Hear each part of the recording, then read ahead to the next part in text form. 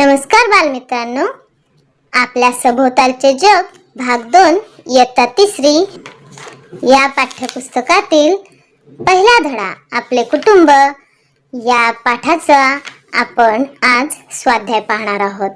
त्यातील पहिला प्रश्न आहे, कोण ते लिहा. मामा मामी सोबत आलेला. त्याचं उत्तर लिहूयात. 4 वर्षांचा नातू. पुढे आहे, सर्व कामांवर देखरेख ठेवणारे. आजी आजोबा. नंतर आहे, मोठ्या माणसांना मदत करणारे कोण? तर मीना व तिची भावंडे.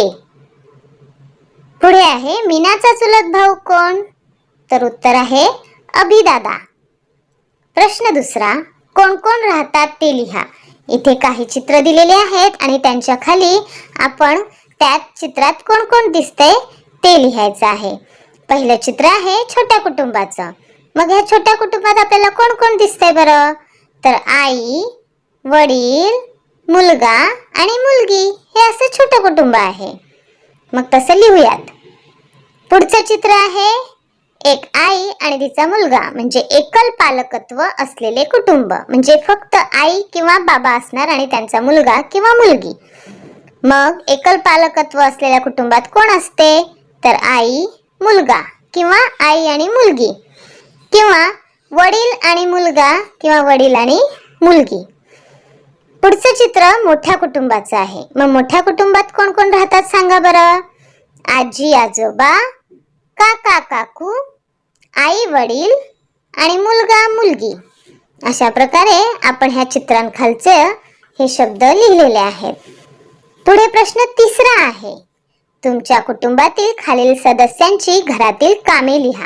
आता मुलांनो बघा, इथे काही उदाहरणार्थ आपण वाक्य लिहिलेली आहेत किंवा कामं लिहिलेली आहेत. तुमच्या कुटुंबात ती कामं वेगळीही असू शकतात, हो की नाही? मग पहिलं काय आहे बरं? आई. आई काय काम करते? तर घरातील सर्व कामे, म्हणजे स्वच्छतेची, भांडी, कपडे, जेवण बनवणे, हो ना. पुढे आहे वडील. वडील काय कामं करतात? तर समजा आपले बाबा किंवा वडील शेती करत असतील, शेतकरी असतील, तर ते शेतीतील कामे करतात किंवा शहरामध्ये ऑफिसमध्ये काम करतात, हो ना. मग तसं तुम्ही लिहायचं आहे. मग आजी, आपल्या घरी आजी असेल तर ती काय करते? तर नातवंडांना सांभाळते. मग आजोबा काय काम करतात? तर वडिलांना शेती कामात मदत करणे किंवा कुटुंबावर देखरेख ठेवणे. नंतर मी म्हणजे तुम्ही, विद्यार्थी म्हणून तुम्ही काय करणार? किंवा लहान मूल म्हणून तुम्ही काय करता? तर अभ्यास करणे, हे पण काम आहे की नाही. आणि नंतर आई वडिलांना कामात मदत करणे. मग माझी भावंडे म्हणजे तुमची भावंडे काय करतात? छोटी किंवा मोठी, तर घरातील छोटी मोठी कामे करणे.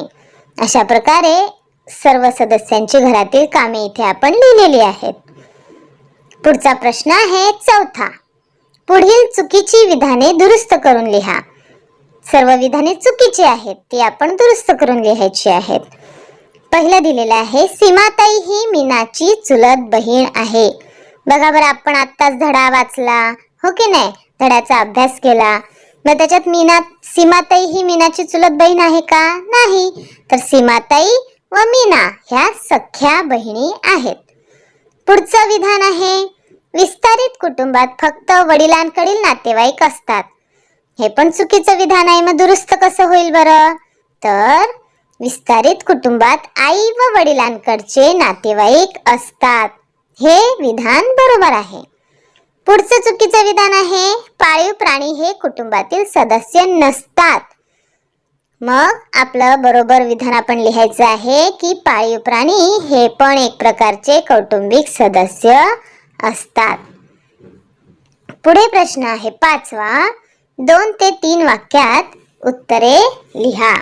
पहिला प्रश्न आहे, अभिदादाच्या लग्नासाठी कोणी कोणती तयारी केली? त्याचं उत्तर आहे, सीमाताईच्या मैत्रिणी सुष्मिता आणि यास्मिन यांनी मिळून दारासमोर सुंदर रांगोळी काढली. अभिदादाचे मित्र डेव्हिड आणि गुरुदीप यांनी फुलांच्या तोरणांनी घर सजवले. मीनाचे शेजारीही मदतीसाठी आले. अशा प्रकारे लग्नासाठी तयारी केली. मग पुढचा प्रश्न आहे, कुटुंबामध्ये आपल्या कोणकोणत्या गरजा पूर्ण होतात? त्याचं उत्तर लिहूयात. कुटुंबात प्रामुख्याने अन्न, वस्त्र, निवारा याचबरोबर पुढील गोष्टीही मिळतात. एकमेकांची काळजी घेणे, एकमेकांना मदत करणे, कामे वाटून घेणे. अशा प्रकारे त्यांच्यामध्ये एकमेकांविषयी प्रेमाची भावना असते. कुटुंबातील वातावरण सुरक्षित असते. नंतर पुढचा तिसरा प्रश्न आहे, तुमचा आवडता पाळीव प्राणी कोणता? त्याची काळजी तुम्ही कशी घेता? मग इथे तुमचा आवडता पाळीव प्राणी वेगवेगळा असू शकतो. कोणाचा कुत्रा, कोणाचा मांजर, कोणाचा ससा, हो की नाही?